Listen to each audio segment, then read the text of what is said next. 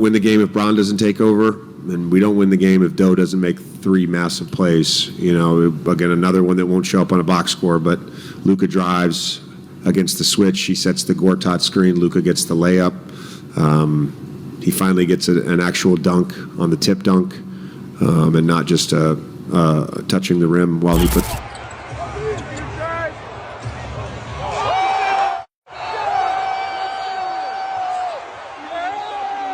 The final minutes of a heavyweight showdown between the Mavericks and Lakers, two of the most brilliant minds in basketball, Luka Dončić and LeBron James, going possession for possession. But as the game reached its white-knuckled peak, a different, more subtle story unfolded. In a series of huddles and on-court exchanges, a quiet, unspoken tension emerged. It wasn't a fight, it was a quiet, seismic shift. The moment the league's present and future king seemed to lock in a silent, fierce battle for control, and the cameras caught every single telling moment. This is the story of the fourth quarter, where Luka Dončić didn't just try to beat the Lakers, he tried to out-king LeBron James on his own court. The stage was set for a classic, a late-season game with major playoff seeding implications, a nationally televised spotlight, and the perfect narrative. The 39-year-old maestro, LeBron James, against the 25-year-old prodigy, Luka Dončić. For 3 quarters, it was exactly that, a beautiful, high-scoring duel.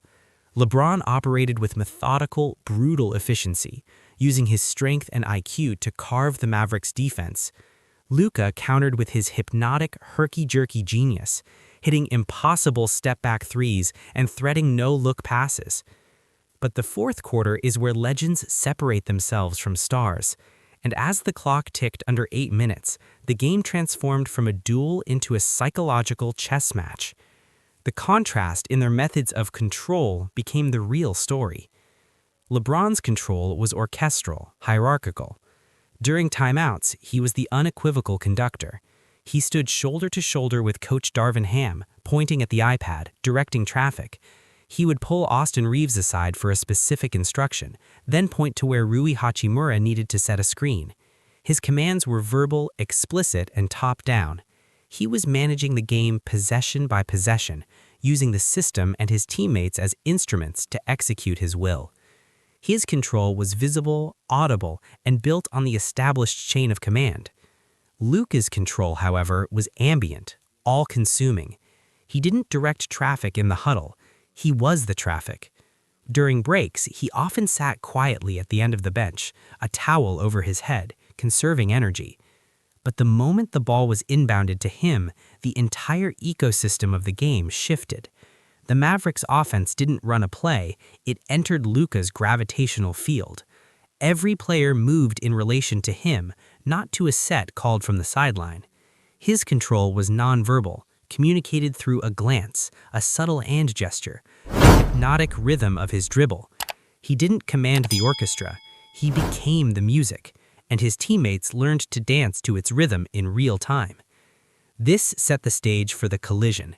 It was control by decree versus control by aura. And as the pressure mounted, these two opposing forces didn't just compete for the win, they began to subtly, silently challenge the other's right to command the game. The cameras were about to capture the moment that awareness turned into a quiet, historic friction. We know. Like I said, post-game interview, after that video, I was like, there's no way I'm playing this game, It was so many emotions, and, I just went out there and just played basketball. When you checked out, or there's a timeout, I guess, before you checked out, you had 45 points coming to bed. It seemed like you had some fun just watching that Luka kind of end of the shot clock, falling about out of bounds 3, go in, and that made the difference. The tension crystallized with 3:42 left on the clock. The Lakers led by 1. Coming out of a timeout, LeBron James received the inbounds pass and immediately began to orchestrate. He called for a high ball screen from Anthony Davis, a classic 2-man action designed to force a switch and create a mismatch. As Davis rolled to the basket, LeBron drove, drawing 2 defenders before firing a crisp kick-out pass to a seemingly open D'Angelo Russell in the corner. It was the right read, but Luka Dončić, who had been guarding Russell, had never fully committed to the drive. In a breathtaking display of defensive anticipation, a part of his game often overlooked, Luka had taken a half-step cheat toward the passing lane the moment LeBron turned his head. He intercepted the pass cleanly. What happened next was the spark.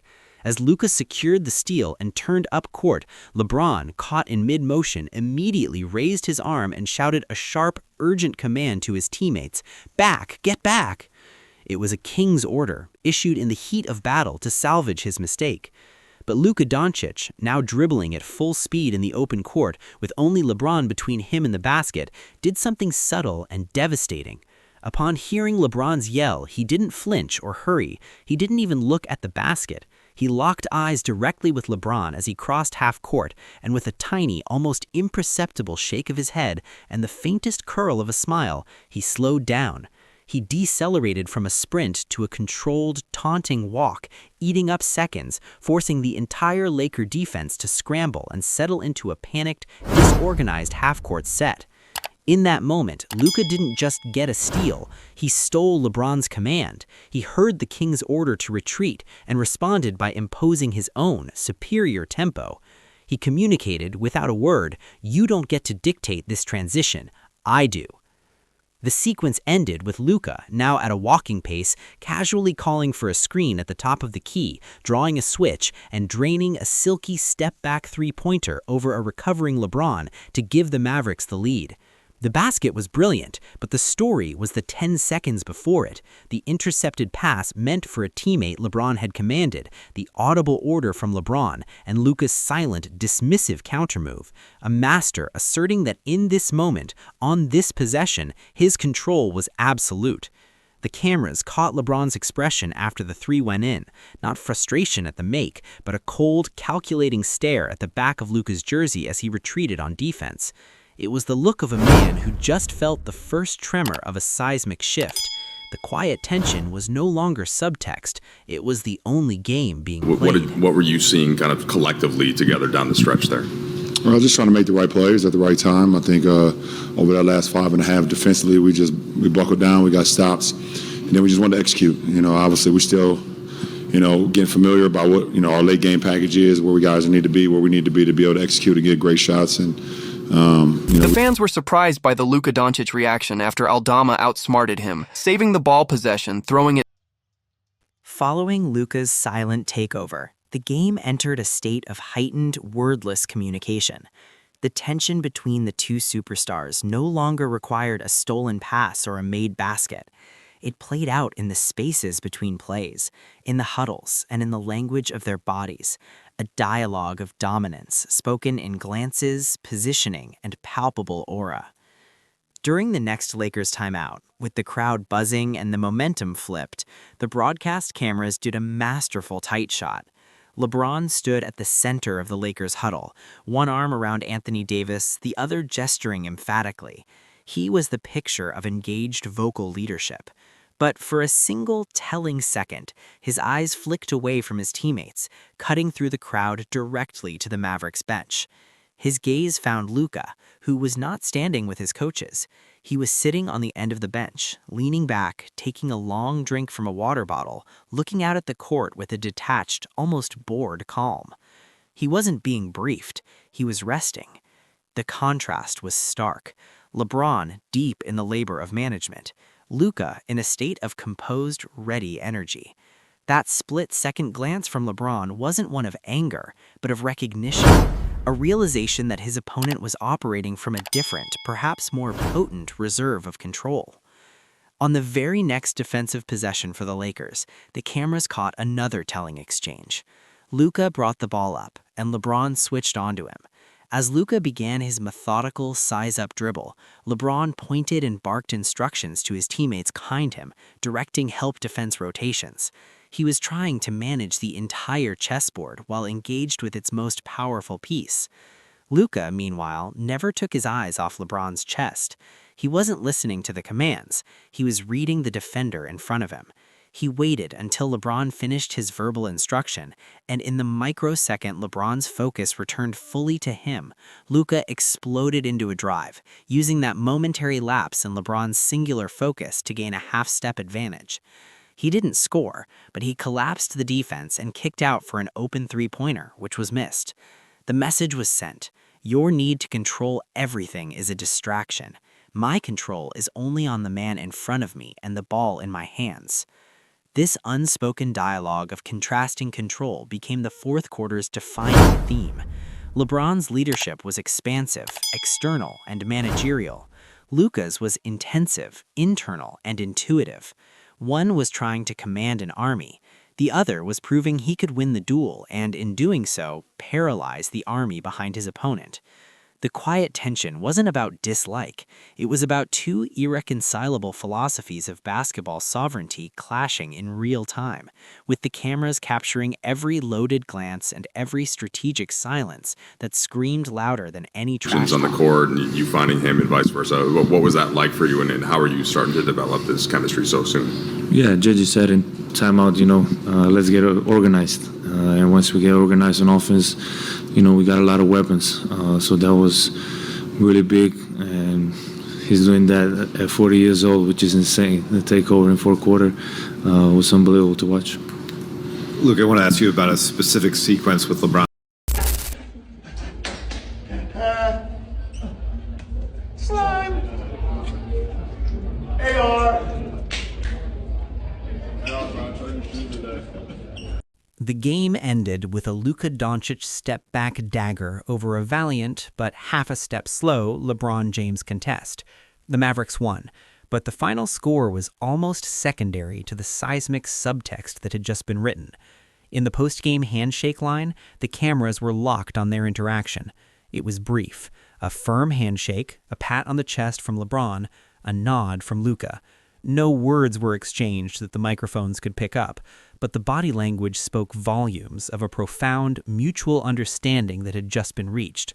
LeBron's pat wasn't one of casual camaraderie, it was a gesture of respect tinged with a sobering acknowledgement. It was the look of a master recognizing the arrival of another master, not as an apprentice, but as a peer who plays the game on a level that challenges his own foundational methods. In that pat was the silent admission: your way works. At the highest level, it works. For Luka, the nod was acceptance, not celebration. It lacked the exuberance of a young player beating his idol. It was the calm acknowledgement of a successor who knows his time is arriving and who understands the weight of the crown he is approaching. He didn't just beat LeBron, he beat LeBron's system of control with his own, and they both knew it. In the post-game press conferences, the quiet tension of the fourth quarter became the elephant in the room. When asked about guarding Luka down the stretch, LeBron gave a response that was telling in its generality. He's a phenomenal player. You try to make it tough on him. He made some big shots. The usual detailed breakdown of opponents' tendencies was absent. He was unusually concise, as if summarizing a problem he hadn't fully solved. When asked about LeBron, Luka was equally reserved, calling him the greatest and unbelievable, but offering no insight into their on-court chess match. It was as if both had entered a private pact not to dissect the silent war they had just fought, understanding its significance was too grand for sound bites. The fallout from this game extends far beyond one loss in the standings. For the NBA at large, it served as a ceremonial passing of the control baton. LeBron remains the more complete player, the superior athlete, the transcendent force, but Luka demonstrated that in the realm of pure, on-court, moment-to-moment offensive command, the ability to be the sole architect of a possession against any defense, he may have no equal, not even the king he's succeeding. The league now has its new apex predator in the art of controlling chaos, and LeBron James, for the first time in perhaps a decade, faced a player whose command felt not just equal, but different, and in its focused singularity, potentially unnerving. The cameras caught more than tension. They captured a coronation in progress, and the reigning monarch's first quiet look at the heir who moves differently, rules differently, and wins anyway. I already know. Like I said, post-game interview, after that video, I was like, there's no way I'm playing this game, It was so many emotions, and, I just went out there and just played basketball. When you checked out, or there was a timeout, I guess, before you checked out, you had 45 points, come to the bench. Some of the fans in the arena are chanting Luka.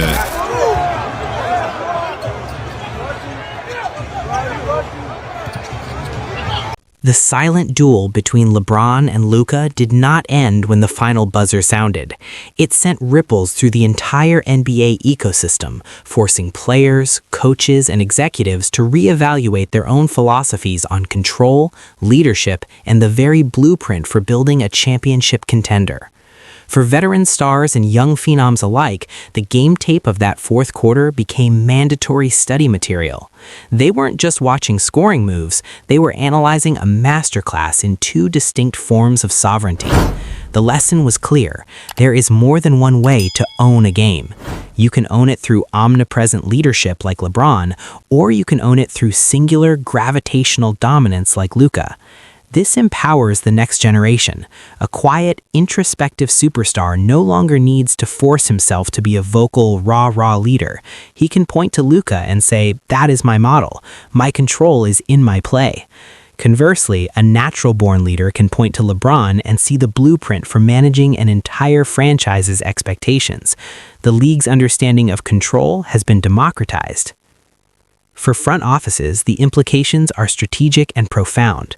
The LeBron model requires constructing a specific type of team: versatile defenders, high IQ role players who can quickly execute complex directives, and a coaching staff willing to cede real-time strategic authority. The Luka model demands a different build: elite shooters who can thrive in spaced-out improvisational settings, rim-running big men, and a coaching philosophy rooted in simplicity and extreme trust in one player's decision-making.